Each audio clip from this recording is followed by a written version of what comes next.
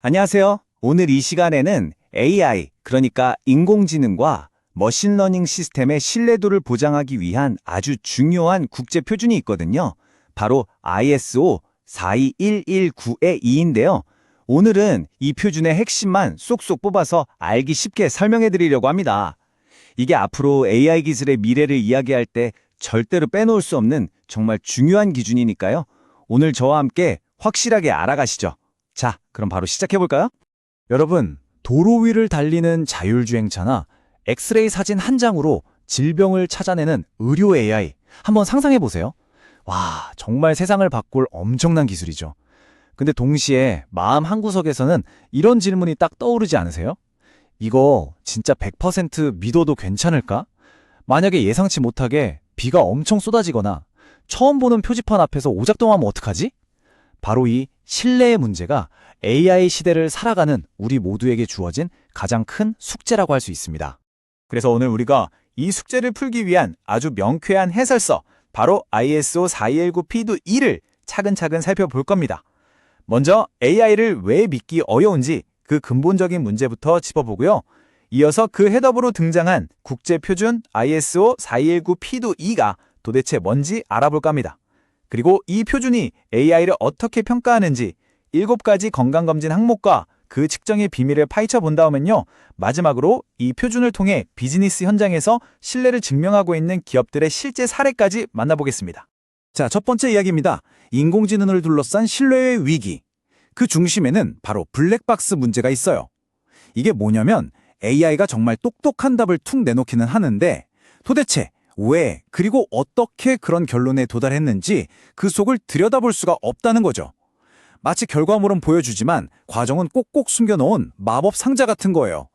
맞습니다. 아무리 정확도가 99.9%에 달하는 AI라고 해도 우리가 도저히 이해할 수 없는 단 한 번의 치명적인 실수로 모든 게 무너질 수 있잖아요? 왜 그런 실수가 일어났는지 설명조차 할 수 없다면 우리가 어떻게 그 기술에 우리의 안전과 미래를 맡길 수 있겠어요? 성능만 좋다고 다가 아니라는 거죠. 우리에게 필요한 건 그 성능을 객관적으로 증명하고 보증할 수 있는 신뢰의 기준입니다.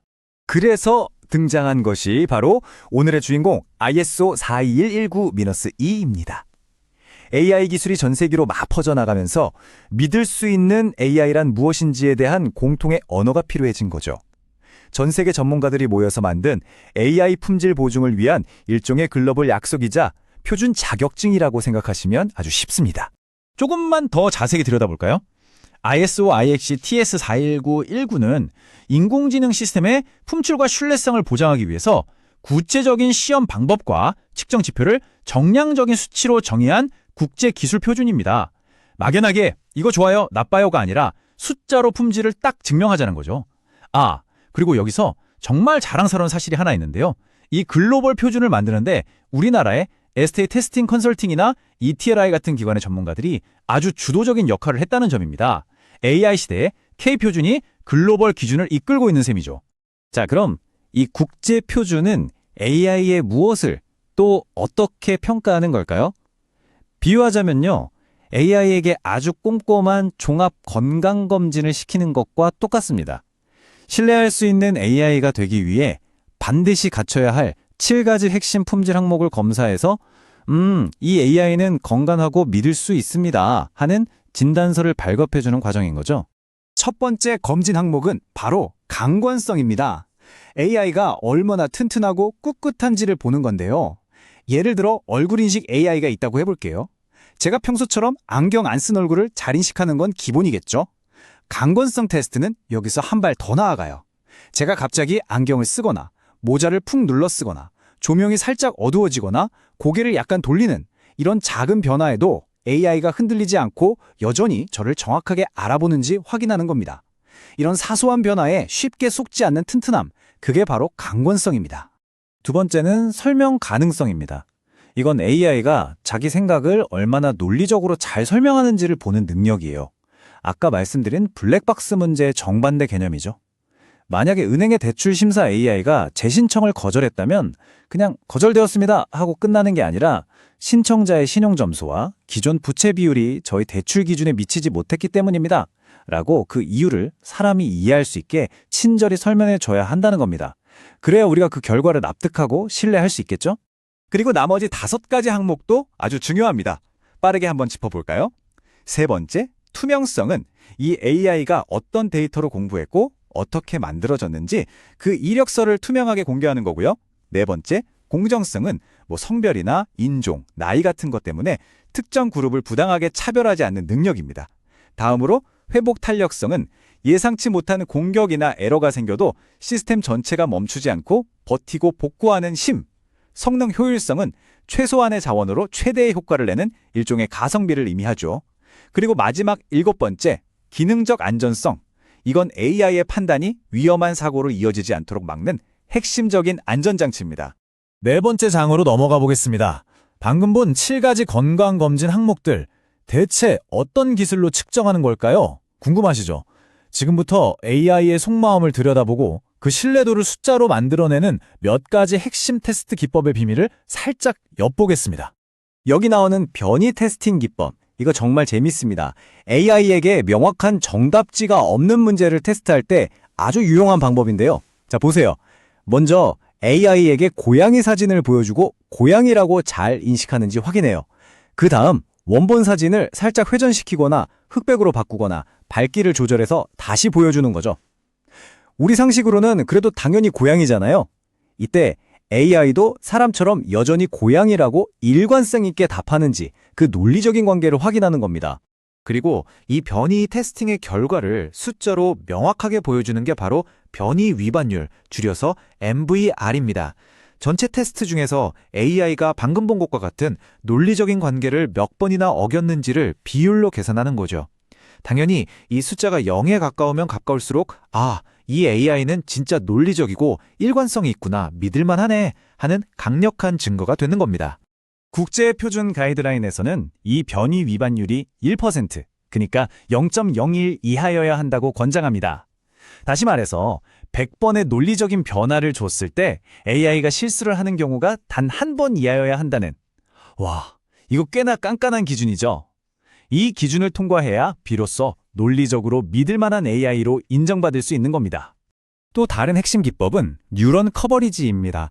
이건 AI 자체의 성능이 아니라 AI를 테스트하는 과정이 얼마나 꼼꼼하게 이루어졌는지를 확인하는 지표예요.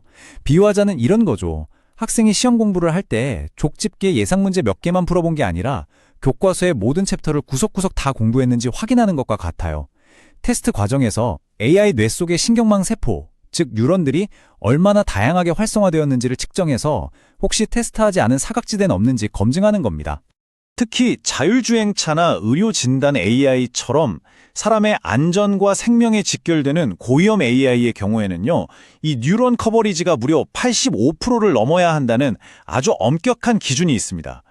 AI 두뇌의 85% 이상을 자극하고 활성화시키는 다양한 테스트 케이스를 통과해야 한다는 뜻이니까 그만큼 아주 혹독하고 철저한 검증을 거친다는 의미겠죠.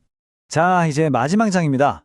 그렇다면 이 표준, 그냥 서류상에만 존재하는 어려운 이야기일까요? 에이, 절대 아니죠. 이미 국내외 수많은 기업들이 이 표준을 통해서 자신의 AI 기술력을 객관적으로 증명하고 비즈니스의 미래를 바꿔나가고 있습니다. 이 표가 바로 그 실제 사례들입니다. 자율주행 기술 기업인 스트라디비전은 강건성 테스트를 통해 우리 AI는 비가 오나 눈이 오나 어떤 주행 환경에서도 안정적입니다. 이걸 증명하는 거고요. 뷰너나 루닉 같은 의료 AI 기업들은 환자의 생명과 직결되는 신뢰성과 안전성을 입증받는 거죠.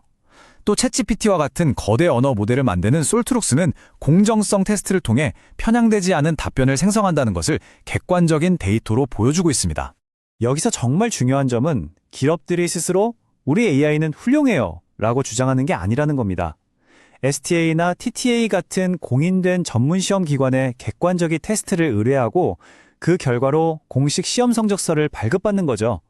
마치 우리가 대학 수학 능력 시험을 보면 국가에서 성적표를 발급해 주듯이 제3의 기관으로부터 AI의 신뢰성을 공식적으로 인정받는 아주 체계적인 프로세스입니다.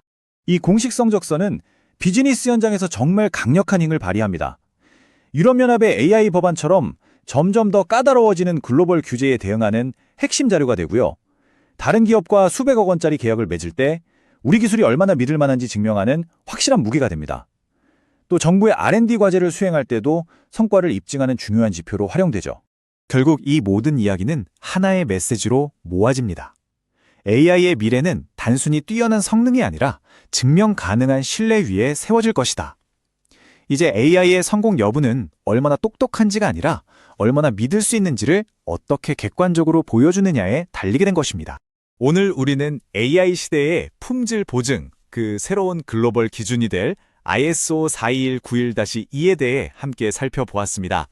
이처럼 증명 가능한 신뢰를 바탕으로 더 안전하고 유용한 AI의 미래가 만들어지기를 바랍니다. 오늘 내용이 유익하셨으면 좋겠습니다. 더 궁금한 점이나 협업 문의는 유튜브 채널의 더보기란을 확인해주세요.